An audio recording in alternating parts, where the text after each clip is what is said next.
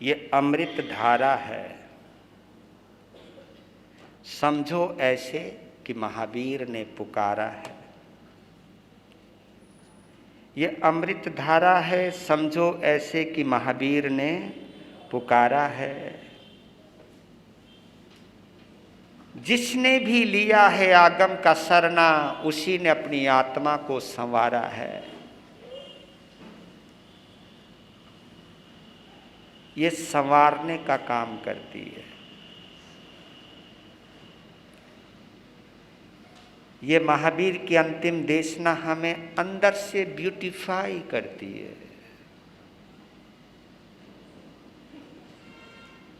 हमारे भाव में उत्तमता लाती है। हमारे भावों का सौंदर्यीकरण करती है।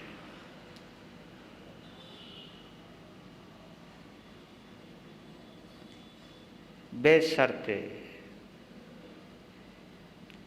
जब भी हम इस वाणी का पठन करें या श्रवण करें तो दुनिया को भूल जाएं, इसमें डूब जाएं।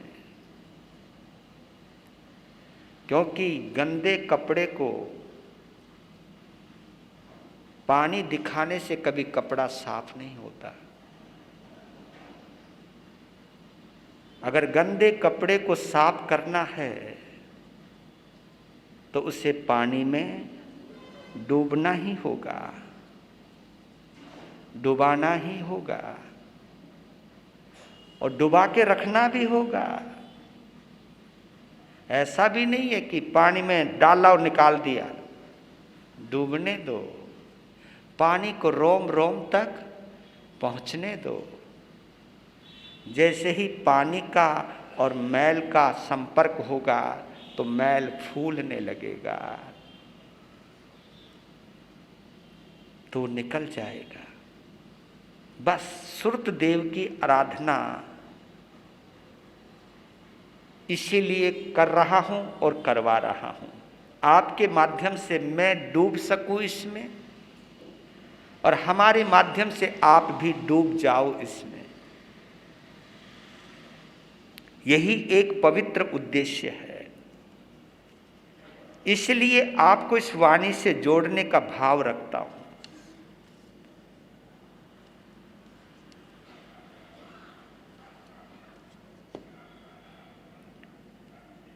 जुड़ जाओ तो अच्छा है, नहीं तो टाइम तो पास है ही।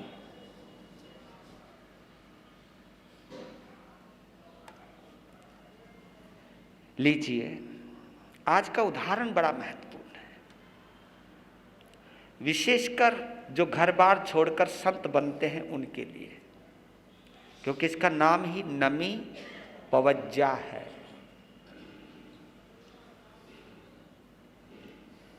नमी राजा ने दीक्षा ली है, उसका एक वर्णन है इसमें।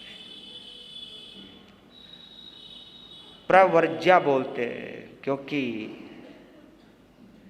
3 शब्द आते हैं। एक दीक्षा शब्द आता है, एक प्रवज्या शब्द आता है और एक संन्यास शब्द आता है। दीक्षा का मतलब संकल्प लेना, व्रत लेना।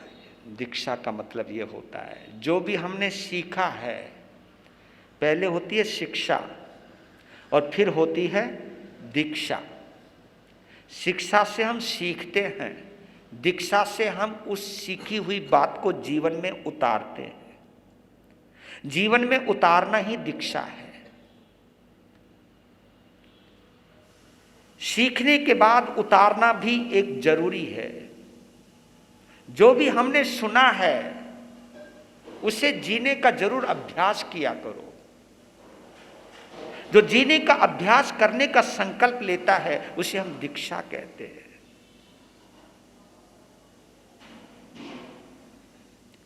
प्रवज्जा का मतलब है संयम पथ पर गमन करना, चलना। प्रवज्जा, घर छोड़कर, आगार छोड़कर अनगार बनना, घर से रिश्ता तोड़ना, परिवार से रिश्ता तोड़ना, व्यापार से रिश्ता तोड़ना, इसको हम प्रवज्जा कहते हैं। संन्यास का मतलब है छोड़ना। एक का मतलब है संकल्प लेना, एक का मतलब है गमन करना, यानी घर छोड़कर मुक्ति की तरफ गमन करना। इसको हम ये भी कह सकते हैं आश्रव से संवर की ओर गमन करना, असंयम से संयम की ओर गमन करना, ये प्रवज्जा है। संन्यास का मतलब छोड़ना। किसको? क्रोध, मान, माया, लोभ, मोह, ममता, काम, विकार, इनको छोड़ना, ये संन्यास है। संन्यास का एक्चुअल जो अर्थ है उसका अर्थ है सत्य में विश्वास रखना। सत्य में विश्वास रखना, क्योंकि शरीर असत्य है, नश्वर है। ये जितने भी महल और मकान है ये सब नश्वर है, नश्वर, असत्य है, ये असत्य। जिसको आप सत्य मान रहे हो ये सत्य नहीं है, ये शरीर सत्य नहीं है। ये शरीर एक ना एक दिन छोड़ना ही है, ये विश्वास कर लेना। क्योंकि इस शरीर को, इस आत्मा को, इस शरीर को छोड़ते हुए आपने कईयों को देखा है। तो जिस तरह उनके शरीर से यह आत्मा निकली है, एक ना एक दिन वो भी आएगा, उसी तरह हमारे शरीर से भी आत्मा निकलेगी। आत्मा की अमरता पर, शरीर की नश्वरता पर विश्वास करना, यह संन्यास है।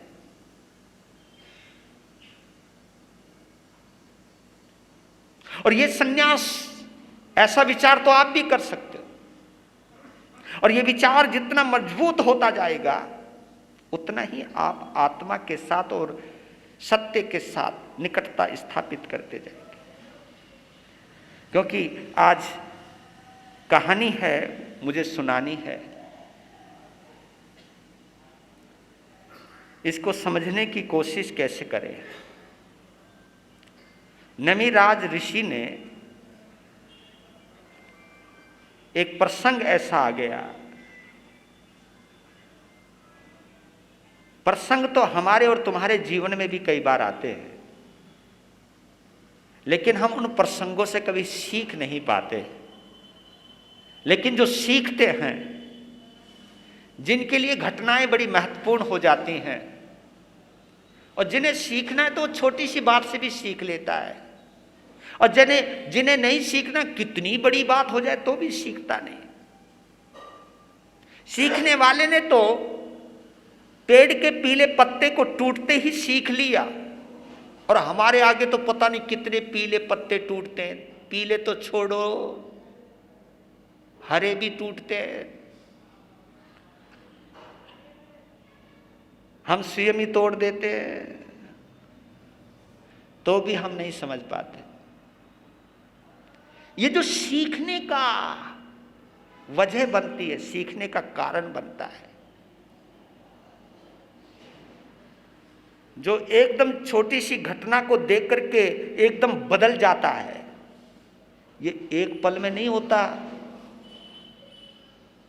ये संस्कारों की एक पूरी सूची होती है, पुराने संस्कार होते हैं। मैं जब नमिराज ऋषि के कहानी में जाता हूं तो पूर्व जन्मों के साथ साथ उसी जन्म की ये कहानियां जुड़ी हैं कि अवंती नाम का जनपद, उस जनपद में सुदर्शन नाम का एक नगर, और उस वक्त उस सुदर्शन नगर पर मणिरथ नाम के एक राजा का शासन। उस सुदर्शन नगरी का राजा है मणिरथ, और उस नगरी का युवराज है युगबाहु।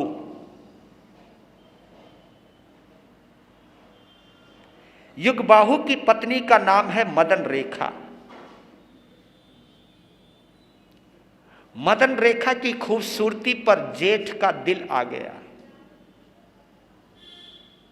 बड़े भाई का दिल आ गया। दिल आया भी तो इतना दिल आया कि उसे अपनी रानियां भी उसके आगे फीकी मालूम देने लगी। उठते बैठते हिलते चलते एक ही संकल्प है, क्या करूं, क्या करूं, इस मदन रेखा को किस तरह अपना बनाऊं। ये भी भूल गया कि मेरे छोटे भाई की पत्नी है।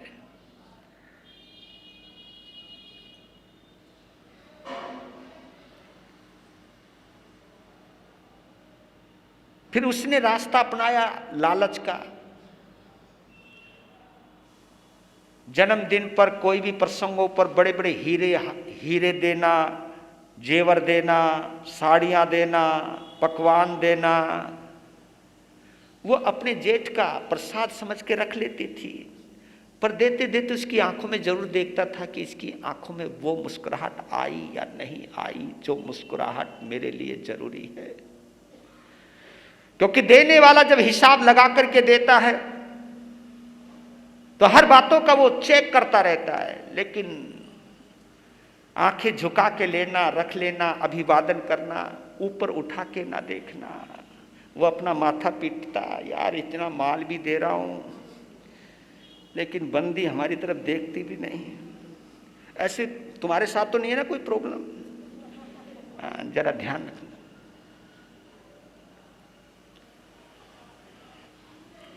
ज्यों ज्यों उसकी मणिरथ के प्रति अनासक्ति, उतनी ही वो आसक्ति में बढ़ता गया। फिर सोचने लगा कि कोई वजह ऐसी बन जाए जिसके साथ ये रहती है उसी को ही खत्म कर दूं। देखो, आदमी कामांध किस तरह होता है, वासना में अंधा किस तरह होता है, अपनी इच्छाओं को पूर्ति करने में कितना पागल हो जाता है। खून का रिश्ते को भी, खून के रिश्ते का भी खून करने को तैयार हो जाता है। संयोग ऐसा बन गया कि एक बार वो जंगल के अंदर विहरण कर रहे थे, पति पत्नी युगबाहु और मदन रेखा। तो वहाँ पर एक उद्यान था, उद्यान में एक बड़ा अच्छा महल था। तो वहाँ पर वो विश्राम कर रहे थे। तो उधर से वो गुजरा तो पता चला कि युगबाहु अपनी पत्नी मदन रेखा के साथ यहाँ है। तो उसे अपने भाई की एक कमजोरी का पता था। कमजोरी ये थी कि युगबाहु को मणिरथ से बहुत प्रेम था, क्योंकि एक तो बड़ा था और अंदर से प्यार था। आधी रात में पहुंच गया, आवाज दी, युगबाहु तुम्हारे भाई मणिरथ को प्यास लगी है, मुझे देर हो गई थी, मुझे जाना है, हो सके तो पानी पिला दो। उठ के जाने लगे तो मदन रेखा ने कहा कि आधी रात में मत जाओ, क्योंकि वो कहीं ना कहीं कुछ जान गई थी। कहा कि पागल है, मेरा भाई है, मेरे पर जान छिड़कता है और उसके लिए तो मैं अपनी जान भी दे सकता हूं। ये शब्द कहकर के वो निकला है। पानी लिया, रात का अंधेरे का फायदा उठाया। वो लोटा तो ले लिया मणिरथ ने, लेकिन कहां बोल रहा है कहां, क्योंकि ये लोग पहले सिखा जाता था। तो अंधेरे में ही उसने तलवार का भरपूर वार किया, गर्दन आधी लटक गई। उधर से युगबाहु की एक चित्कार निकली, मणिरथ तो भाग गया। मदन रेखा दौड़ कर आई, अपने पति के शरीर को किस तरह उठाया, अंदर लेकर के गई। जैसे ही उसने देख लिया कि अब ये जाने वाले, तो उस वक्त अपने पति युगबाहु को कहती है, भाव खराब मत करना। आपने अपने भाई के साथ इसी तरह का कोई कुकर्म पिछले जन्म में किया होगा, उसका भुगतान करना पड़ रहा है। भाव खराब मत करना, हाथ जोड़ो, 5 महाव्रत धारण करो, 18 पापों का त्याग करो,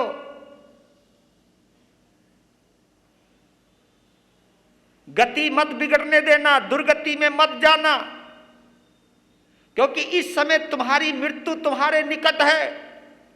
इस वक्त अगर एक छोटी सी भी गलती कर गए तो आपको नरक में जाना पड़ जाएगा। मैं नहीं चाहती कि मेरा पति नरक में दुख भोगे। ये इस दर्द से भी महादर्द होता है नरक के अंदर। भाव खराब मत करना।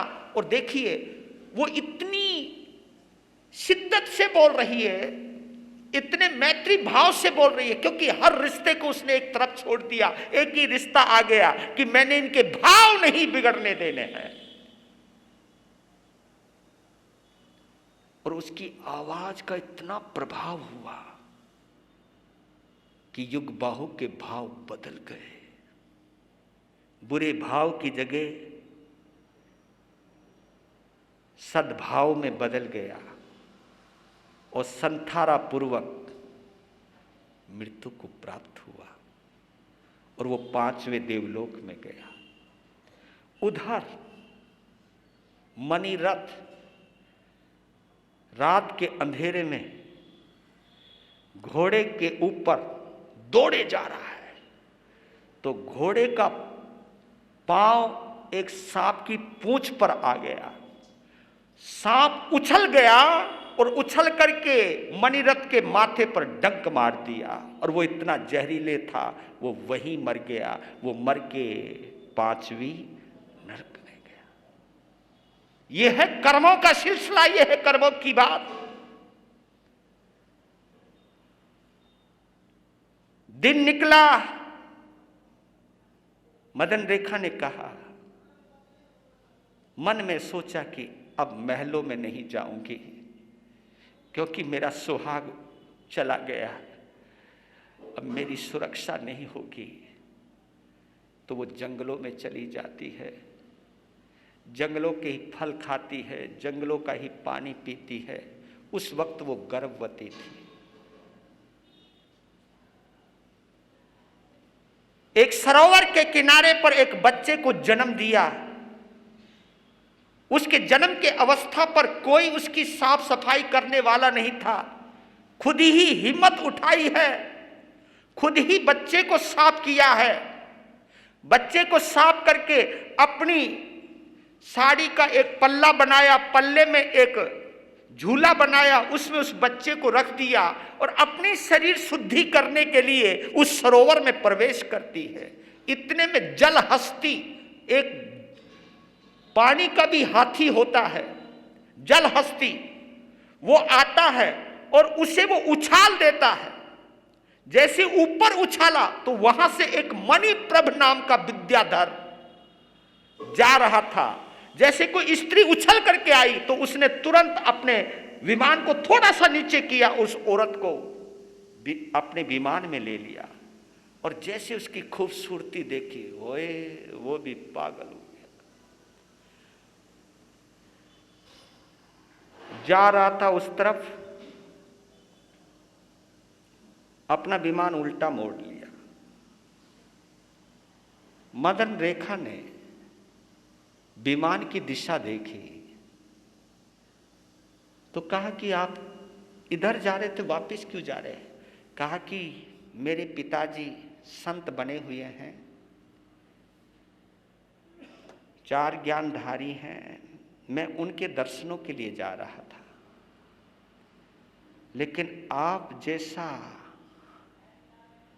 रूप लावण्य से भरा गुलदस्ता देखकर सोचा कि दर्शन तो हम बाद में कर लेंगे, पहले हम आपको अपने महल में प्रतिष्ठित करें। उस वक्त अपने भावों पर नियंत्रण रखते हुए मदन रेखा ने एक बात कही कि जब आपका होना ही है तो कम से कम गुरुदेवों के दर्शन तो करा दीजिए। तो उसके दिमाग में एक बात आ गई, अगर औरत का दिल जीतना है तो उसकी जो इच्छा है वो जरूर पूरी करनी चाहिए। हाँ ठीक ठीक, वैसे तुम मेरी बनोगी ना, पहले गुरुदेव के दर्शन कर। ऊपर से ही मोड़ ली, यहाँ जमीन पे गाड़ी टर्न करनी पड़ती है, तो ऊपर से मोड़ा, पहुंच गए। 4 ज्ञान के धारी हैं वो, और उन्होंने इतना मार्मिक प्रवचन दिया, तुम लोग तो 5 महीने में नहीं बदले। इतना मार्मिक प्रवचन दिया, उस प्रवचन को सुनते ही मणिप्रभ के भाव बदल गए। जो आकर्षण था मदन रेखा को लेकर, उस आकर्षण में जो एक वासना थी, वो वासना खत्म हो गई। प्रवचन का ये असर हुआ। इतने में एक और घटना घटित हुई कि उसी सभा के अंदर एक देव आता है जिसका चेहरा जल मिल रहा है, देदीप्यमान। और उस देव ने उस 4 ज्ञान के धारी मुनिराज को वंदना ना करते हुए सबसे पहले वंदना जहां मदन रेखा बैठी थी उसको वो वंदन करने लगता है। मणिप्रभ जो उस मुनिराज का बेटा है, विद्याधर है, वो सोचने लगा है यार ये देवताओं का भी दिमाग कभी खराब होता है। संत इधर और वंदना इस औरत को कर रहा है जिसको मैं बचा के लाया, जिसे मैं उठा के लाया। जैसे सवाल पैदा हुआ तो उधर से गुरु महाराज ने जवाब दिया कि मणिप्रभ, ये देव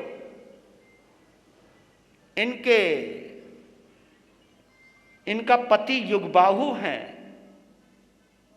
मृत्यु के पलों में जिस वक्त भाव बिगड़ते हैं, उस वक्त इनके भाव को सुधारने वाली कोई इनकी गुरनी का काम किया है, वो मदन रेखा ने किया है। आज ये युगबाहु 5वें देवलोक का आनंद ले रहा है, तो उस आनंद के बीच इसी महिला की सबसे बड़ी भूमिका है। और ये अपने ज्ञान में जानता है, जान लिया है कि आज मैं देवलोक में किसकी वजह से आया हूं। इसलिए वो कृतज्ञता ज्ञापित करते हुए वंदना कर रहे हैं। अब जो थोड़ा बहुत भाव भी था ना आकर्षण का, ये तो देवता की है। ओ ना बाबा ना। तब उस देव ने कहा कि देवी, मैं तेरे उपकार को कभी भूल नहीं पाऊंगा। मेरे लायक कोई सेवा हो। तब कहा कि मुझे उस जगह पहुंचा दो, उस साध्वी के पास पहुंचा दो, मैं दीक्षा लेना चाहती हूं। कि उस वक्त एक सवाल अपने पुत्र को लेकर के किया था कि जिस बच्चे को मैंने जन्म दिया वो बच्चा कहाँ है। तब बताया कि मिथिला नगरी के नरेश पदम रथ राजा घूमने आया और उस बच्चे को पेड़ की टहनी पर लटका हुआ पाया। उस बच्चे की खूबसूरती पर पागल हो गया और संयोग से पदम रथ निसंतान था, उसके कोई संतान नहीं थी। ऐसे सद्यजात नवजात शिशु को पाकर उसकी आत्मा खिल गई। और देवी, तेरे बेटे का ये करिश्मा हुआ कि जैसे ही पदम रथ के महलों में गया, पदम रथ के जितने भी दुश्मन थे सबने पदम रथ की अधीनता स्वीकार कर ली। और पता नहीं उसका पुण्य कितना जबरदस्त हुआ। जिधर भी जाता उधर के दुश्मन राजा बिना लड़ाई किए उसकी अधीनता स्वीकार कर लेते, उनके आगे वो झुक जाते। इसलिए उसका नाम नमी रखा है। नमी यानी झुकाने वाला। तो ये 2 बड़े महान पुरुष हुए हैं हमारे। एक स्वयं बुद्ध है, एक प्रत्येक बुद्ध है। एक स्वयं बुद्ध है। स्वयं बुद्ध कौन? भगवान नमीनाथ अरिष्ट नेमी। क्योंकि जो तीर्थंकर होते हैं वो स्वयं बुद्ध होते हैं। प्रत्येक बुद्ध वो कि किसी घटना को देख करके बोधि को प्राप्त होना, उनको हम प्रत्येक बुद्ध कहते हैं। किसी घटना को, किसी प्रसंग को देखकर प्रभावित होना। तो ये आप लोगों के अंदर भी कोई प्रत्येक बुद्ध हो सकता है। घटना को देख करके या उपदेश को सुन करके आपके जीवन में जो बदलाव की भावना आती है, त्याग की भावनाएं आती है, वो आपको भी प्रत्येक बुद्ध बना देती। कोई भी घटना आपके परिवर्तन का कारण बन जाए।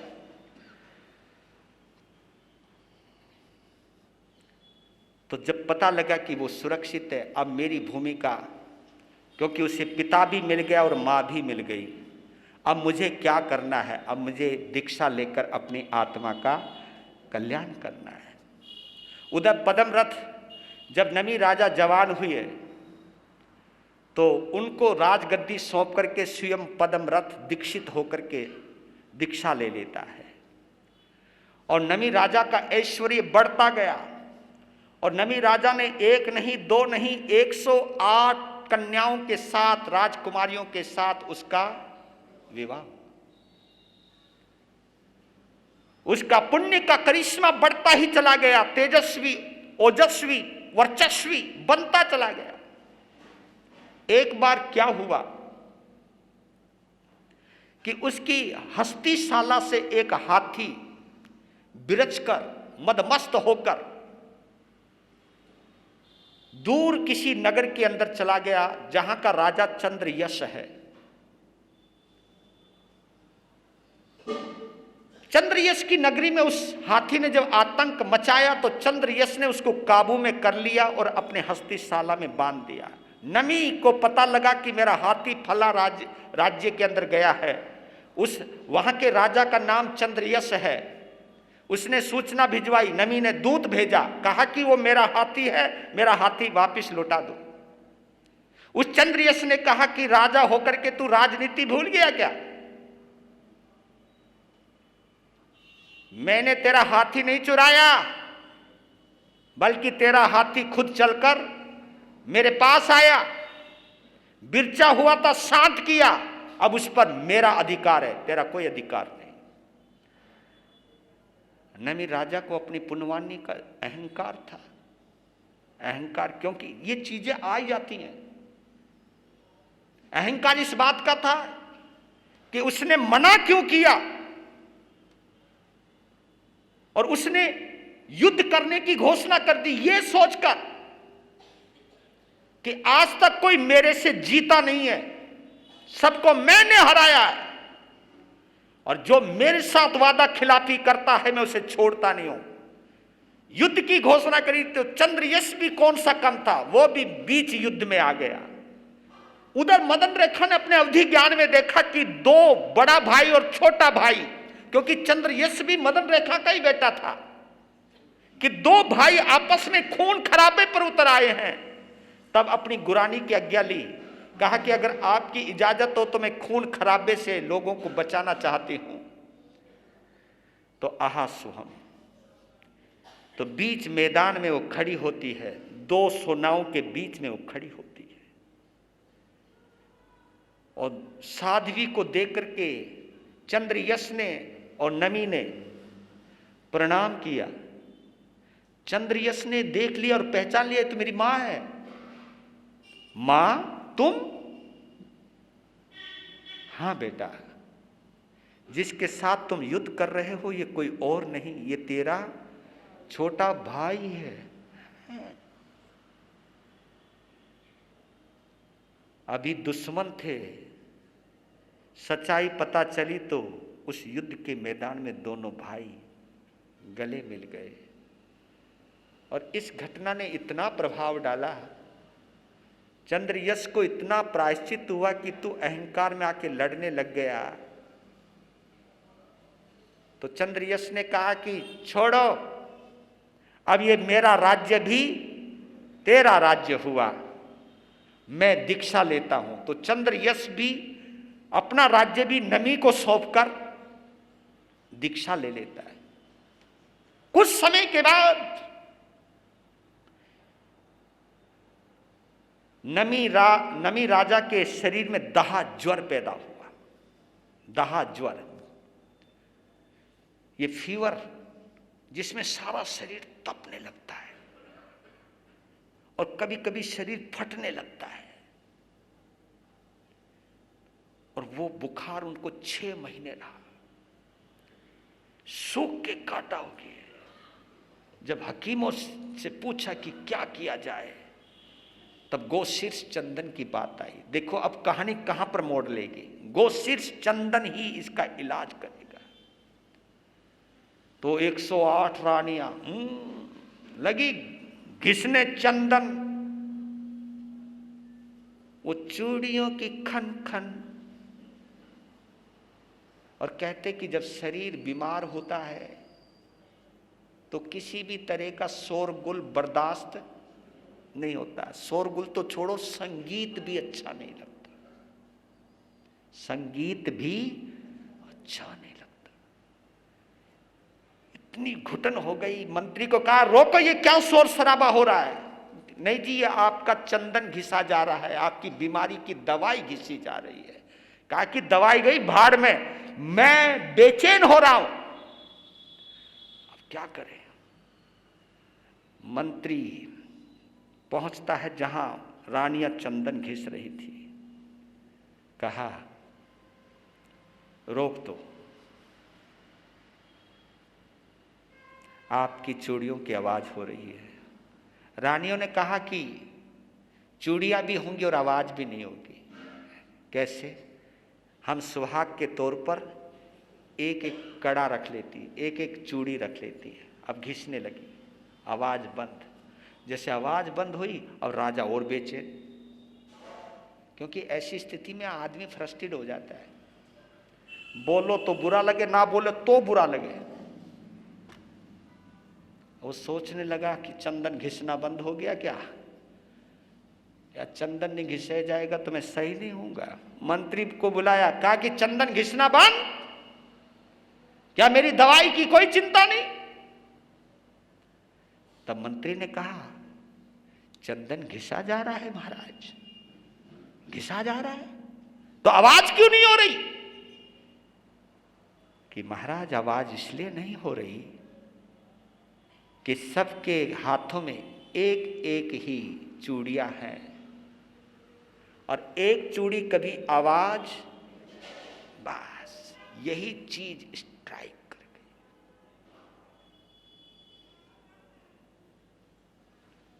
चिंतन बदल गया। ये घटना उनके लिए महत्वपूर्ण हो गई कि जहां एक है वहां शांति है। तो यहां से वो 4 लाइनें सुना रहा हूं। है अनेको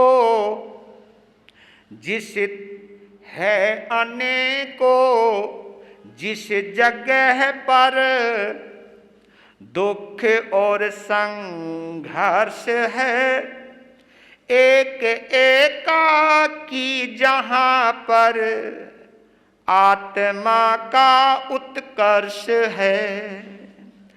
जीतना अंतर रिपु को, जीतना अंतर रिपु को श्रेय कर है सर्वदा। इच्छा रहित नमी राज की वैराग्य सच्ची संपदा। इच्छा रहित नमी राज की वैराग्य सच्ची संपदा। यहीं पर बोध होता है कि जहां अनेक है वहां संघर्ष है, जहां 2 हैं वहां संघर्ष है। क्योंकि कहावत आती ना कि ताली एक हाथ से नहीं बजती। जहां एक है वहां कोई संघर्ष नहीं, जहां 2 है वहां संघर्ष। पता चला कि यार एक होने का ये चमत्कार है। तब उन्हें सब कुछ पता चलने लगा कि जब तक इस आत्मा के साथ शरीर जुड़ा है तभी तक ये सारा झमेला है। क्योंकि हम और तुम इस समय 2 है ना, एक आत्मा और एक शरीर। और शरीर भी देखने को तो एक ही है, लेकिन शरीर भी 3 है भैया। एक कार्बन शरीर है, एक तेजस शरीर है और एक ये औदारिक शरीर है। तीन तीन शरीर है। अनेक चित्ता मनुष्य, ये चित्त भी अनेक है, एक चित्त नहीं है, अनेक चित्त है। मन खुरापाती है, मन बंदर है, अनेकों में उलझा है।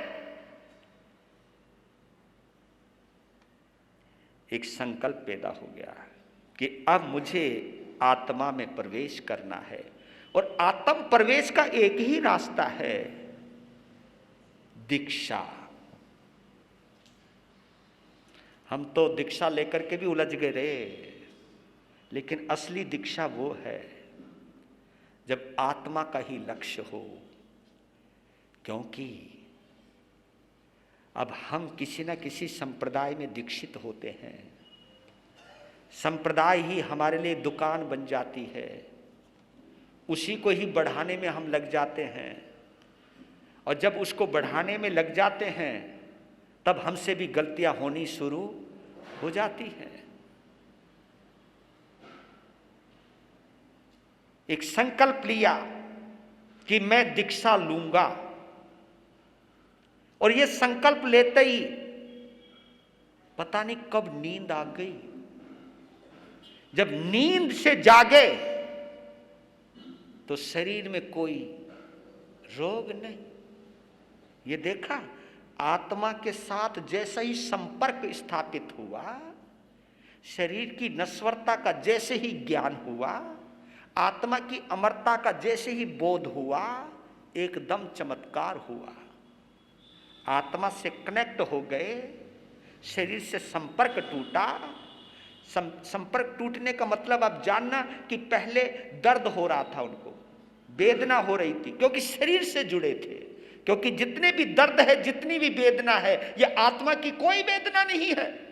या तो ये कर्मों की वेदना है या ये शरीर की वेदना है, और कर्म भी शरीर पर ही प्रभाव डालते हैं, आत्मा पर कोई प्रभाव नहीं डालते। शरीर शांत हो गया, जैसे उठे तरोताजगी आ गई। वो ताजगी क्या आई जी, बंदे ने महल ही छोड़ दिया, दीक्षा ले ली। दीक्षा ले ली। जैसी उन्होंने दीक्षा ली, इंद्र का सिंहासन हिला। देखा नीचे कि नीचे कुछ घटित हुई है, घटना नीचे कुछ घटना घटित हुई है। तब देखो, ओ मिथिला का राजा राजपाट छोड़कर, दीक्षा लेकर, सन्यास लेकर चल पड़ा।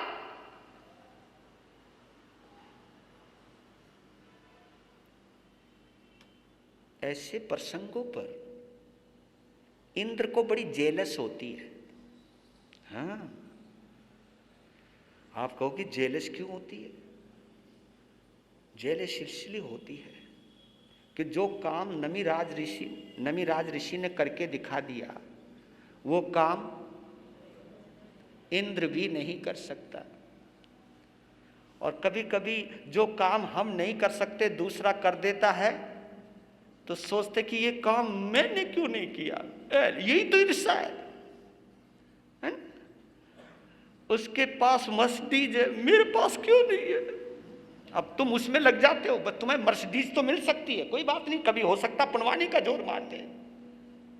लेकिन जो संयम की चीज है, क्योंकि उस इंद्र के पास मर्सिडीज की कोई कमी नहीं, वैभव की कोई कमी नहीं, कमी है तो संयम की है। जब ये चीज देखी तो आ गया बंदा, उन्होंने कहा देखो तो जरा चेक तो करूं। ये ऊपर वाले चेक बहुत करते हैं। ऊपर वाले तो क्या, तुम लोग भी हमें चेक करते रहते हो, है ना, करते हो चेक। महाराज के अंदर देखो कितना ज्ञान है। कभी कभी पूछते पूछते ये भी पूछ लेते हो कि महाराज जी को आता क्या है, और आते आते ये भी पूछ लेते हो हमारे मतलब का भी आता है या नहीं आता। आते तुम अपने पास ही हो आखिर, क्योंकि मैं आत्मा की कितनी भी बड़ी बातें करूं, इस आत्मा की बातें केवल उसी को अच्छी लगेगी जो आत्मा की तरफ जाना चाहता है। लेकिन जिसको संसार में इंटरेस्ट है, जिसको व्यापार में इंटरेस्ट है, जिसको दुनियावी सुख और वैभव में इंटरेस्ट है, वो यहां पर भी आकर के यही पूछेगा, गुरु महाराज काम कौन नहीं। अब महाराज जी क्या करें, महाराज जी तो अपना ही काम छोड़ के बैठा हुआ है, और सवाल भी तुम कैसे कैसे करते हो, क्योंकि महाराज जी दुकान नहीं चलती, कुछ करो ना। अब महाराज जी भी कहते कोई बात नहीं, ये यंत्र ले जा। अब यंत्र तो दे दिया उसने, चलो कोई बात नहीं, जो देते हैं उनका भला, जो लेते हैं उनका भी भला। पर लेकिन कहीं ना कहीं ये जो इंटरेस्ट हम लोगों में और तुम लोगों में है, ये आत्मा से दूर जाने का है। और ऐसी मानसिकता जिनके अंदर है, उनके लिए ये नमी पवज्जा अध्ययन बड़ा जबरदस्त है। मैंने दीक्षा क्यों ली, किस लिए ली, इन समस्त सवालों का जवाब अगर कहीं ढूंढना है तो इसी अध्ययन के अंदर मिलता है।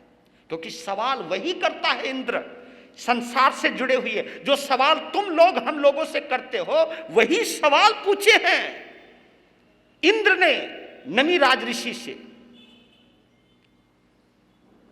तो आपने हेतु और कारण ये शब्द सुना होगा, हेतु और कारण, इसको हम समझा लेते थोड़ा सा। हेतु और कारण ये दो शब्द सुनने में दोनों एक जैसे लगते हैं, हेतु और कारण, लेकिन हेतु और कारण में एक अंतर है। हेतु हमेशा दूर से नजर आता है, कारण पास में आकर के पता चलता है। आप कहोगे कैसे?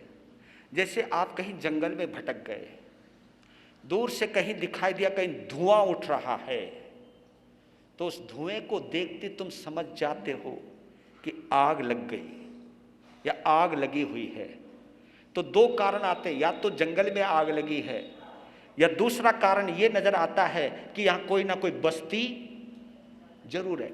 ये सब किससे अंदेशा हुआ? उस धुएं से हुआ ना। धुआं हेतु बन गया कि यहां, और जहां धुआं उठ रहा है तुम्हारा ध्यान एकदम जाता है यहां आग लगी हुई है। आग किस में लगी है, कहां लगी है, किससे लगी है, यह जानने के लिए वहां पर जाना जरूरी, वो कारण है। कारण का अगर पता करना है तो आग के पास जाना पड़ता है, लेकिन आग का पता लगाना है तो उसके पास जाने की जरूरत नहीं, धुएं को देखकर ही अंदाजा लग जाता है। आप कहो तो एक शायर ने बड़ा गजब की बात कही, तुम्हें समझ में आ जाए तो। अब ये दुनिया वाली बात बता रहा हूं थोड़ा सा, क्योंकि शायर तो अपने शायराना अंदाज में बोल रहा है।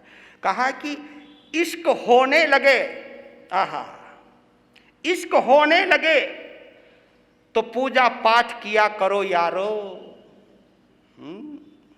इश्क होने लगे तो पूजा पाठ किया करो यारो। मोहब्बत होगी तो मिल जाएगी, बला होगी तो टल जाएगी। नहीं समझ में आयो हैं? बट इन्हें जल्दी समझ में आता है। इसका मतलब क्या है कि जैसे मैं संत बना हूं, कोई संत बनते हुए देखते हो, वो हेतु है, ये संत बन रहे हैं। संत बनते हुए देखने ये हेतु है, लेकिन ये संत किस भाव से बना है, किस लिए बना है, क्यों बना है, इसको जानने के लिए उसके पास आना जरूरी है। देवलोक से इंद्र ने नमी को संत बनते हुए देखा है, लेकिन क्यों बने हैं, कैसे बने हैं, किस भाव से बने हैं, ये जांचने के लिए, ये परखने के लिए इंद्र ब्राह्मण का रूप लेकर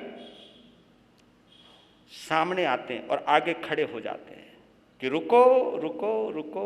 मिथिला नगरी के बाहर जैसे निकले तो कहा रुको। तो यहां पर 10 प्रश्न उत्तर हुए हैं। कितने? केवल 10 प्रश्न उत्तर अगर हम देखें तो पहला प्रश्न, क्योंकि सारे तो मैं सुना नहीं पाऊंगा, समय नहीं है, 1-2 बतला देता हूं। पहला क्वेश्चन हुआ, तुम लोग भी हमसे कहते हो कि महाराज तुम संत क्यों बने, तुम्हें अपने माँ बाप की याद नहीं आती, माँ बाप कितने परेशान हो रहे होंगे, है ना। जैसे आप लोग परेशान होते हो तो वही बातें करते हो, है ना। और मैंने तुम्हें भी देखा है कि किसी और माँ बाप का लड़का लड़की साधु साध्वी बने तो तुम कहते धन्य हो, लेकिन जब तुम्हारा बने, है ना, कारण है ये सब। तो कहा उन्होंने कि मिथिला नगरी के महलों में और घरों में इतना रुदन क्यों मच रहा है, क्योंकि आवाज आ रही है, और आवाज ऐसी करी उसने, आवाज करी भी है उसने जो नमिराज ऋषि को सुनाई दे रही है कि ये रुदन क्यों मच रहा है। तो जवाब क्या दिया है, क्योंकि जवाब बड़ा महत्वपूर्ण है। जवाब ये दिया है कि मिथिला नगरी में एक विशाल चैत्य वृक्ष था, एक विशाल वृक्ष था जो बहुत विशाल था, जो अनेक पक्षियों का आश्रय था, जो फलदार था, अनेकों की भूख मिटती थी, छायादार था, छाया मिलती थी, पथिकों को भी मिलती थी, पक्षियों को भी मिलती थी।